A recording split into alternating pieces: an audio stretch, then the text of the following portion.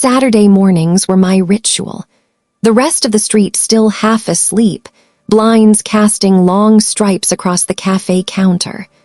The smell of fresh espresso and warm croissants wrapped around me like an old sweater. The grinder purred in the background, not noise, but the heartbeat of the place I'd built from nothing. I ran the cloth over the counter, slow and steady, already picturing the regulars who'd wander in soon, Mrs. Alvarez with her dog tucked in a tote bag, Ben who always tipped in exact change like clockwork. I'd been here 1,000 mornings before, but this one felt different. I didn't know why yet, not until the phone buzzed on the counter. I almost let it go to voicemail, too early for drama. But then I saw the name on the screen. Logan, my lawyer. The guy who'd walked me page by page through the purchase contract 3 years ago when this cafe was just a dream I'd finally caught. I swiped to answer. "Morning, Logan." His voice was tight, too tight for a Saturday. "Emma, are you selling the cafe?" The cloth in my hand froze mid-wipe. "What? No, why would you even?" He didn't let me finish.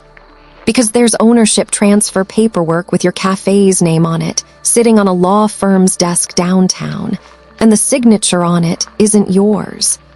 The grinder's hum suddenly sounded louder, and in that moment I had no idea that by the end of the week, the cafe I'd built, the one place that was truly mine, would belong to someone else.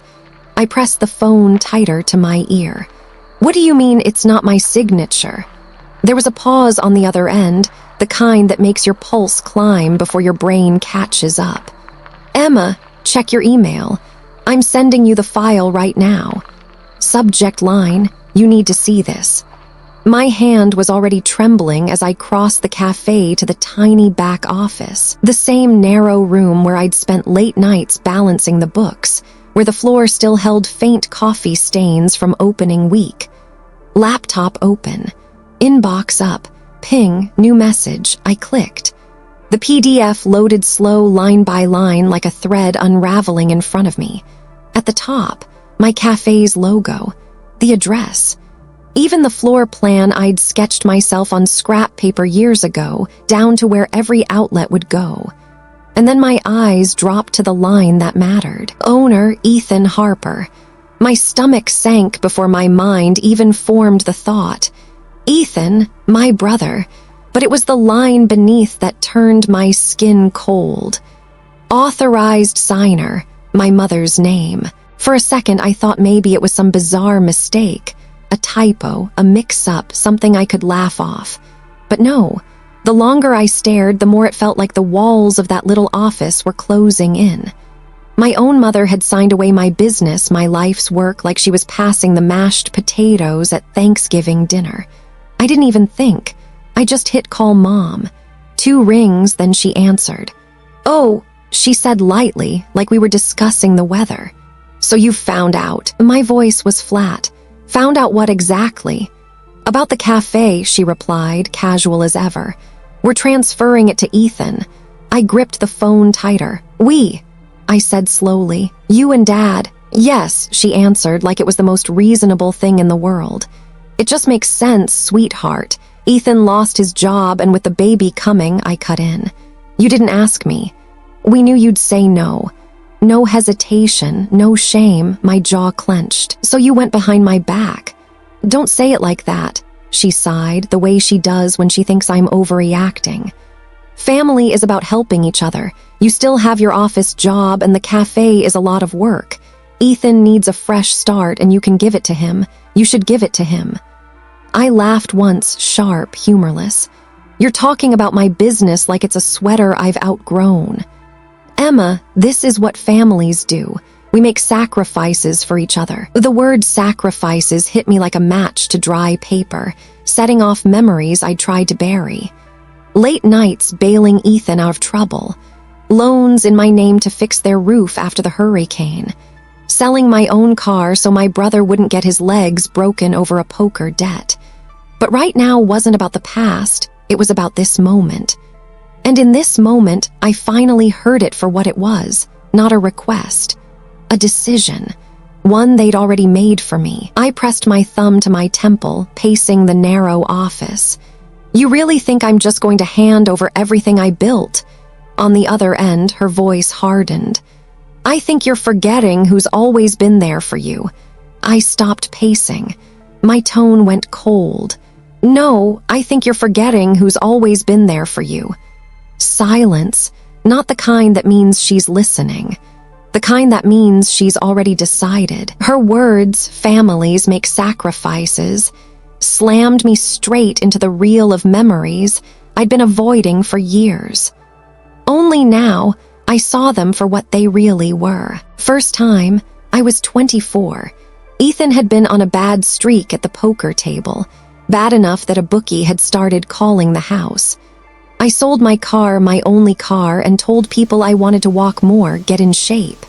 Truth was, I was trudging to work in the rain so my brother wouldn't end up in a hospital bed. He promised it was a one-time thing. Second time. A hurricane ripped the roof off my parents' house. Insurance covered half. They didn't have the credit for a loan, but I did. I signed the papers, told myself it was the right thing to do. And every month since, the payments have come out of my account like clockwork. Not once has anyone offered to cover even a dime. Third time. Ethan had a can't-miss startup idea. Said he needed an investor, and who better than his own sister. I wired him the money. 3 months later, the business was gone, but his Instagram was full of bottle service nights and weekend getaways. And then there were the smaller cuts. The late-night calls from Mom. Just until your father's next paycheck clears. The family emergencies that always seem to happen the same week my quarterly Café earnings hit the bank. Back then, I told myself it was what good daughters did.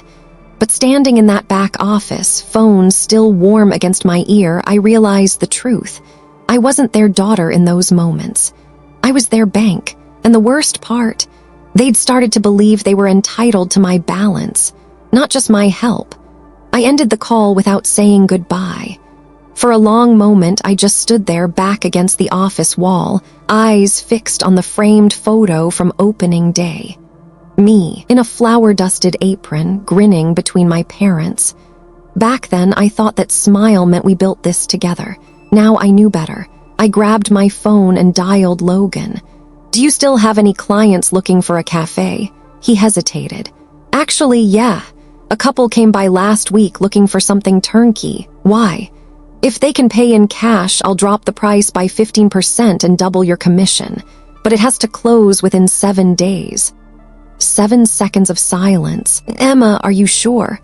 I looked around the office, the binders of invoices, the shelves of mugs I'd handpicked at flea markets, the espresso machine I'd paid off one stubborn month at a time. I've never been more sure of anything in my life. From that moment, I moved like muscle memory. Changed every password tied to the business, locked the cafe's bank accounts, pulled my mother's credit card off the expense account, shut down the monthly transfers home. For years, they'd treated my generosity like an open faucet. Now I was shutting off the water and selling the well. The call came mid-morning. Mom's name lit up my phone. I let it ring twice before answering.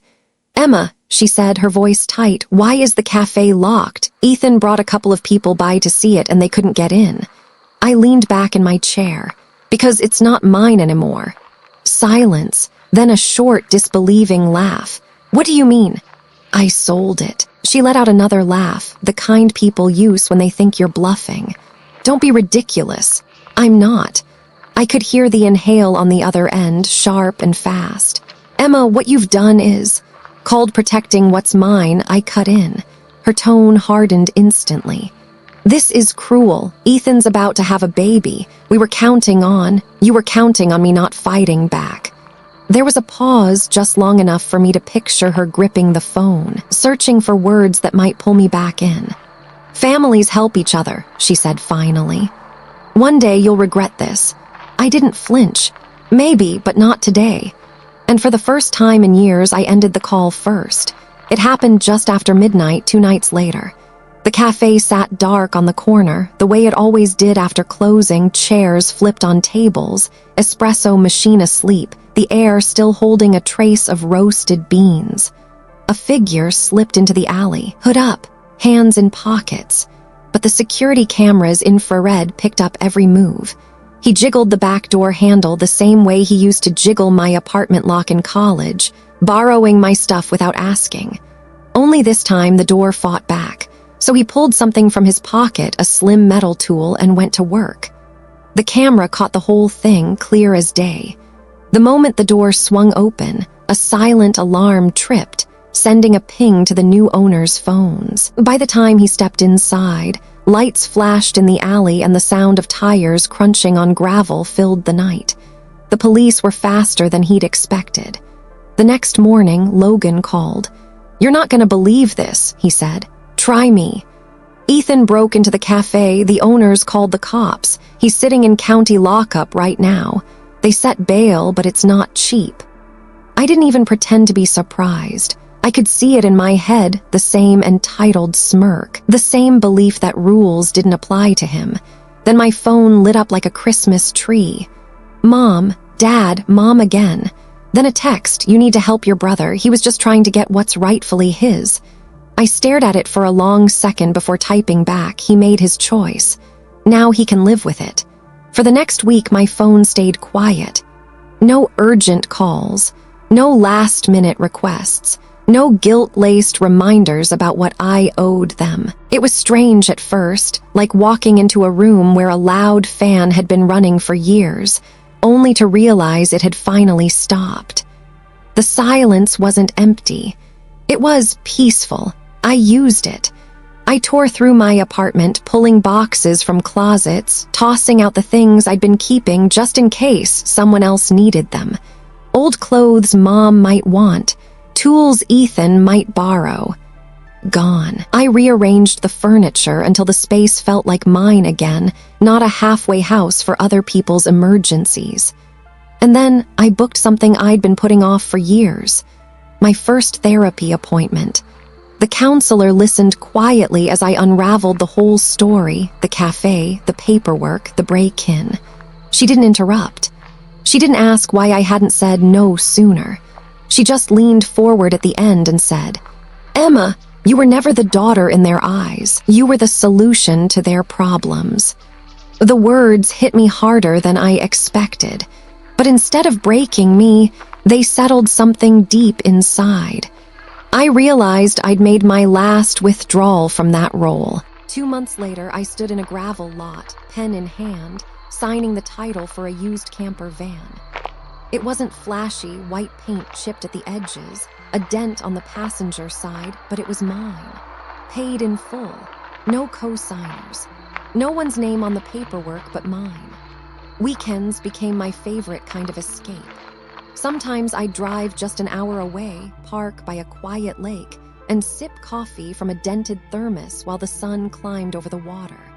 Other times, I'd keep going until the road signs felt unfamiliar and the air smelled different.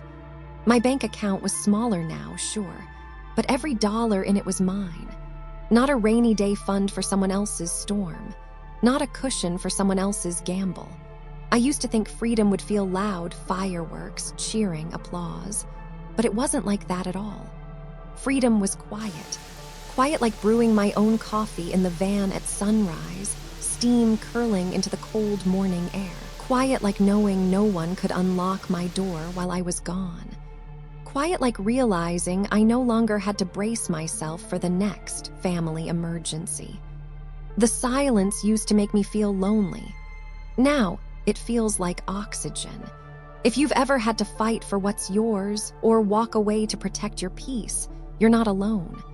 I share stories like this every week, so hit subscribe and turn on notifications. Because trust me, you won't want to miss what's coming next.